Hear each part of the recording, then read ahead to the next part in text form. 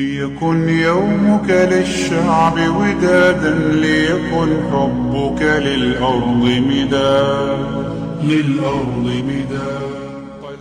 This topic is very important to the extent that in virtually all the major references of a hadith, you always find that hadith on top is the basic of all good deeds.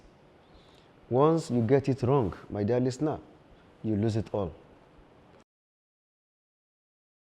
أعوذ بالله من الشيطان الرجيم بسم الله الرحمن الرحيم. We praise Allah subhanahu wa ta'ala for the opportunity He has given us. We share our experience with Muhammad sallallahu alaihi wasallam. In this episode, we are going to be talking about a very vital topic in Islam, and that is Ihklas, sincerity. This topic is very important to the extent that in virtually all the major references of a hadith, you always find that hadith on top because it's fundamental, is the basic of all good deeds. Once you get it wrong, my dear listener, you lose it all. This Rasulullah ordered his companions to migrate from Mecca to Medina. They migrated, leaving behind all they had worked for. Their businesses, their money, their houses. They went to Medina. Some refused to go because they have so many considerations. Where do I start? Afresh? Lose all my money? They didn't go. But those who migrated, when they got there, they were received warmly by the Ansar, and they were assisted, they were accommodated with anything they had. So some of those who stayed back in Mecca now trooped to Medina because they believed that they would get some other things there. They were identified. So they reported to Prophet ﷺ that these people didn't come for the sake of Allah. He said, don't bother yourself.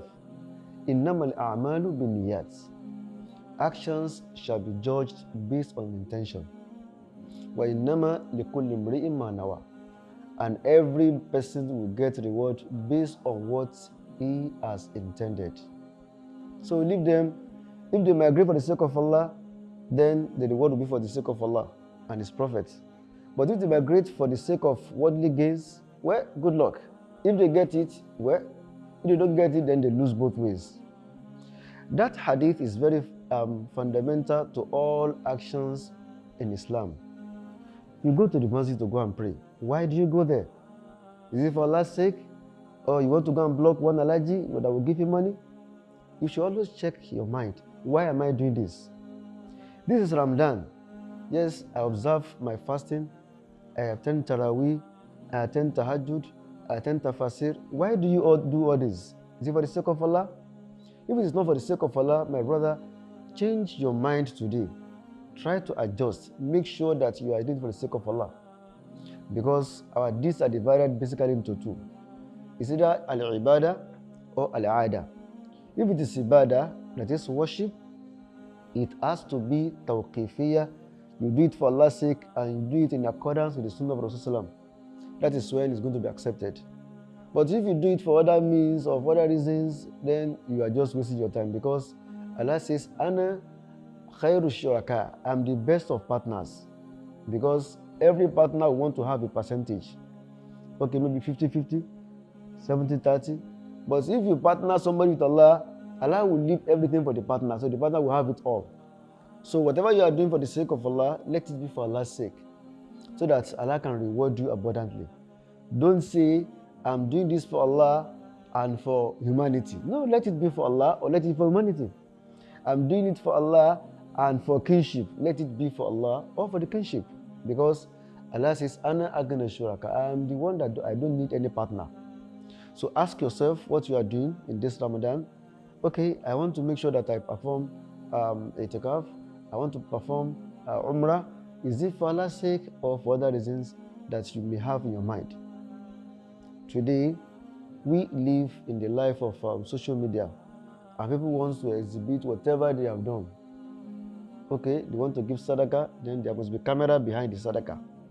Okay, they want to do umrah, there must be a camera behind that, so that everybody will see that, oh, now I'm giving sadaqah, now I'm doing my tawaf. Is that for Allah or for people to see? If it is for Allah, you don't need all this. I'm not saying that all actions of man done openly is a riyah. No, I'm not saying that. Because Allah gave us the opportunity, the choice. When you want to give sadaqah, you may do it openly. If you think doing it openly will make it maybe impactful on others who may also want to emulate you. But let the intention be for Allah. But if you do it secretly, it's far better. Because that will help you to make it sincere for Allah.